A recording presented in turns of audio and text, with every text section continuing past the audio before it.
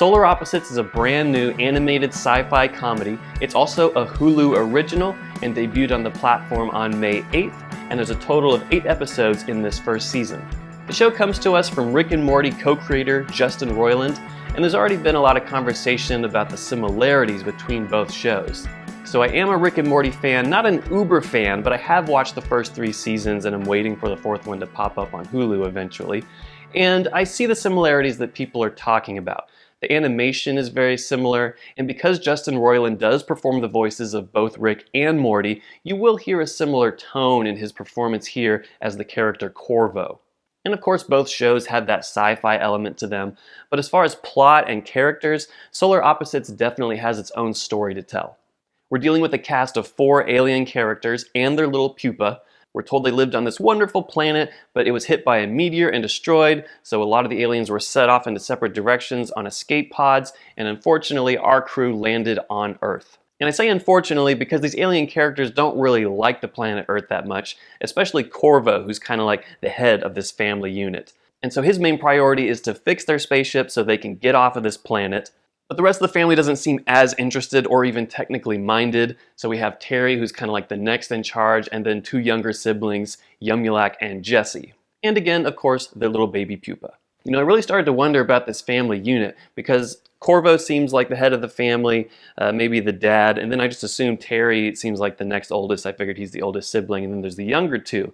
But at some point you see that Terry maybe is like a co-guardian or a partner. I mean, him and Corvo sleep in the same bed, but it's not like they're gay necessarily. They don't even really fit into gender norms as humans would define them. So it is really interesting to think of what this family dynamic is. Are they even the parents and these are their kids, or are they just 4 alien beings that were sent away in that escape pod together?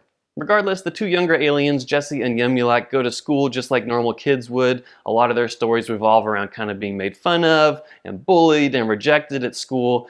And we find out that along the way, they've been using the shrink ray gun to shrink humans down into tiny form, people that have offended them or upset them. And so they're kind of collecting these humans, and they have this wall in their room. There's just a bunch of kind of like glass boxes, and they're all stacked on top of each other from the floor to the ceiling. And that's where they put all these humans. You know, you think it's only a few at first, but then you slowly start to realize that there's like a whole civilization of little shrunken people that are living and existing in this wall in this kid's bedroom. Meanwhile, each episode has the freedom to deal with almost any topic or any scenario it wants to. These aliens possess the technology that they can really create almost anything they need at any time, which is kind of interesting because they're still having a hard time fixing their spaceship, so I don't really know what the problem is there. But we have episodes that revolve around everything from these magic shoes that can go backwards in time, which they use to go find a wallet that Corvo thinks he left on their homeworld. The family uses nanobot technology as a way to find out what people in the neighborhood don't like about them so they can improve their social standing. There's an episode that stood out to me where Corvo and Terry find out what a man cave is. They have a neighbor or something that shows them his man cave, and they try to make one for themselves, only to realize that it's really not that fun unless you have a nagging spouse or partner telling you not to be in your man cave. And so they build this female robot to kind of nag them about being in the man cave, which they can now enjoy because there's someone that's upset that they're spending so much time in there. So while the plot is kind of all over the place from episode to episode, it's really interesting that there's actually a show within a show element going on here. So I talked before about the people that the kids have been shrinking down and kind of putting into these aquariums on the wall. We get to go visit those people from time to time. You know, we'll just go inside and see what the world is like for these people living in there. At this point, they've developed like a society, there's a hierarchy, there's even religion that they've created at this point.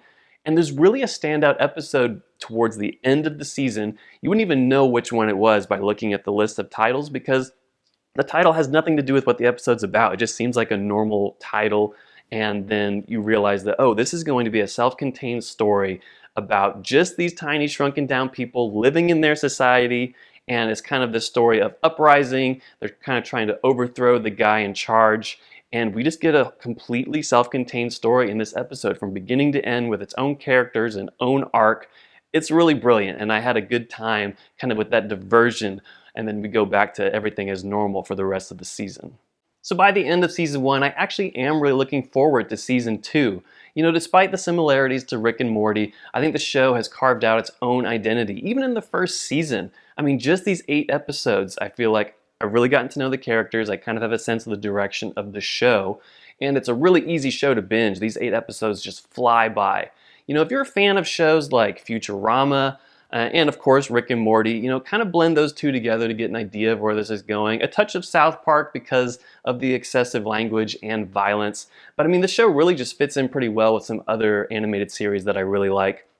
You know, Bob's Burgers, BoJack Horseman. I mean, I just think it's really going to fit right in there. So if you're a fan of those shows or just animated comedy itself, I think there's a good chance you're really going to like this show.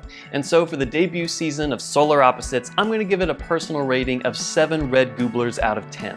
So again, it's on Hulu, it's a Hulu original. I don't know when season 2 is coming out. If you look on IMDb, it's already on there with a list of episodes. And by the end of season 1, they already kind of teased that it's coming. So I think we're at least guaranteed a season 2. But go ahead and check out season 1 now on Hulu. I think there's a good chance you're going to enjoy it and laugh a lot.